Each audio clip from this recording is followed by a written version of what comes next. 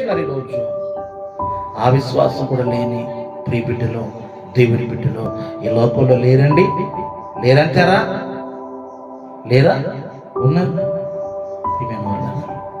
ఆ విశ్వాసాన్ని కూడా తొలగించేసుకుని ఇంకేంటంటే అంధత్వం వారిలోకి వచ్చేసి ప్రియమైన వాళ్ళరా అవగింజంతా అవిశ్వాసాన్ని కూడా పోగొట్టుకుని ప్రభు దగ్గర లభోదివ్వమంటూ రోధించే అనేక మంది క్రైస్తవ బిడ్డలు మనలోనే ఉన్నారు.